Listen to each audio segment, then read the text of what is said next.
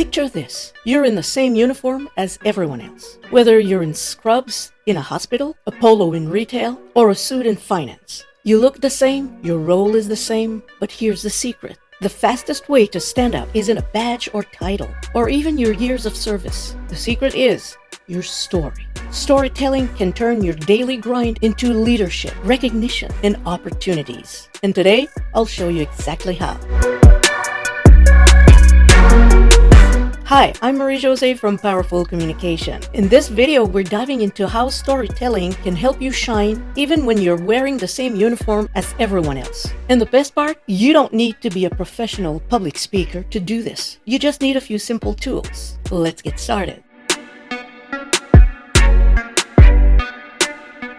Here's why storytelling is so important. See, people don't remember bullet points, they remember stories. Stories humanize you in environments where everybody looks the same. And just like famous writer Maya Angelou once said, people will forget what you said, people forget what you did, but people will never forget how you made them feel. And that's what it's all about, feeling. Here's a story to give you an example. A nurse on a night shift was running around like crazy trying to meet everybody else's needs. She would go from one room to another. Alarms were beeping because patients needed care. And she felt drained. At the end of her shift, one of the patients grabbed her hand and said, "Thank you for being so calm when I was so afraid." It was a small moment, but when she shared that story with her team, the next morning briefing, everything shifted. Instead of just reporting tasks, she reminded her team why they were doing what they do. Her story gave her whole team a sense of pride and purpose. And suddenly, she wasn't just a nurse in scrubs anymore. She was the voice that reconnected the team to their mission.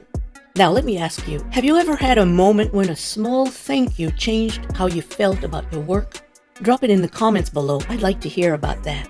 My story is not about work, but it's about a moment when I went back home for the summer. I was on the airplane back and the flight attendant wanted me to change seats with a mother and her daughter because they were sitting in different seats.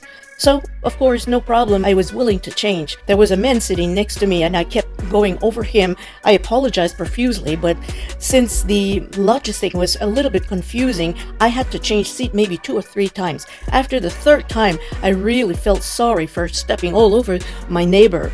The man said, "No, don't worry. You're very kind." That really stayed with me. I didn't think I was being kind. I thought it was something natural. And it's been more than 20 years, and that little "you're so kind" still stays with me. That was a great feeling. You see, going back to what Maya Angelou said, you don't remember what people said or did. You remember feeling. And I still remember how I felt that day when this man told me I was kind. Here's a second story. It's about a retail worker in a clothes shop. One day, this young girl was in the store near the fitting rooms. She looked a little bit out of place and she looked a little bit nervous. So when the retail worker asked her how she could help her, she told her that she was very nervous because she was looking for something to wear because she had to give a presentation at school and she hated shopping. At that moment, the retail worker just started looking for the best clothes for her, and instead of just picking out at random all kinds of clothing items, she asked her some questions. What she liked, what was the presentation about, and after a little while, she came up with a blazer. When the young girl saw that, her face lit up. A few days later, she came back to the store with her mother. She told the store clerk how well her presentation had gone and that when she was wearing the blazer, she felt like a leader. When the retail worker shared her story at the next staff meeting, the managers noticed that this was not just a person who was just trying to sell. It was somebody who was trying to make a connection with a client. And she was building loyalty and confidence. That story transformed her from just a cashier to a customer experience hero. Here's a fun challenge. Think of one time when you went the extra mile for someone. It could be a colleague, a customer, a client, anybody. Could you tell that story within 60 seconds at your next meeting? Try it. It's more powerful than you think.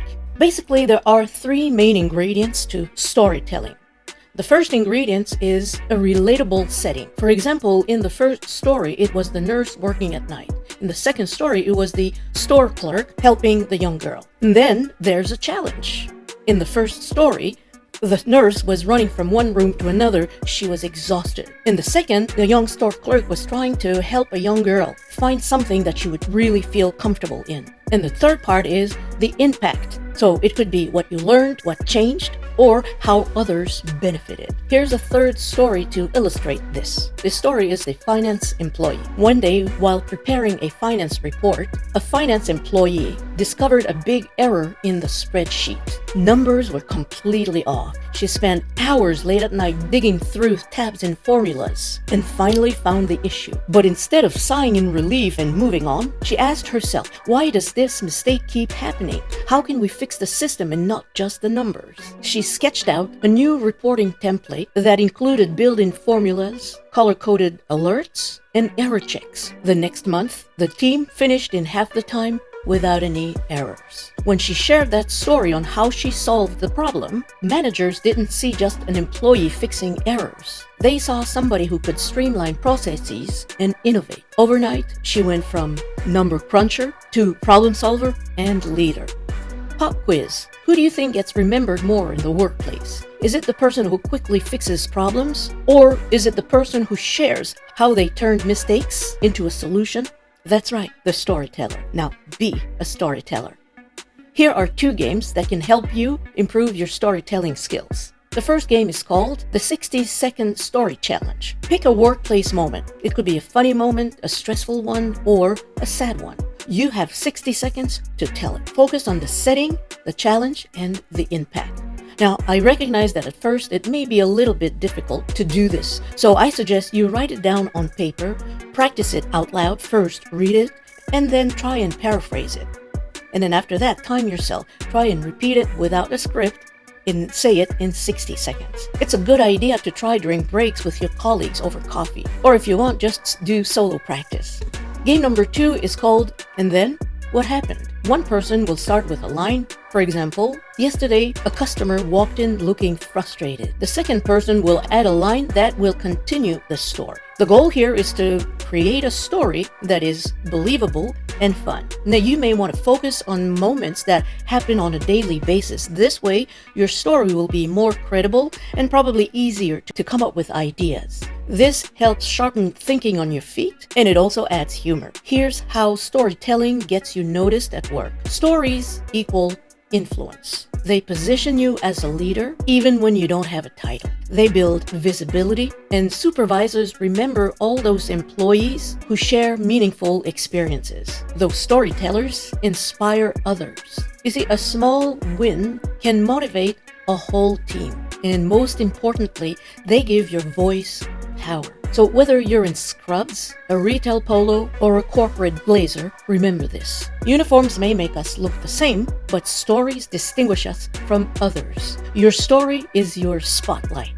Start sharing today and see how opportunities begin to open up. If you found this video helpful, give it a like, share it with a friend who needs encouragement at work, and don't forget to subscribe to Powerful Communication.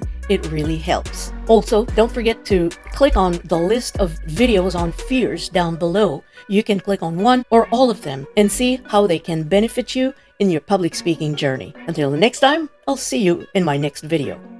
Goodbye.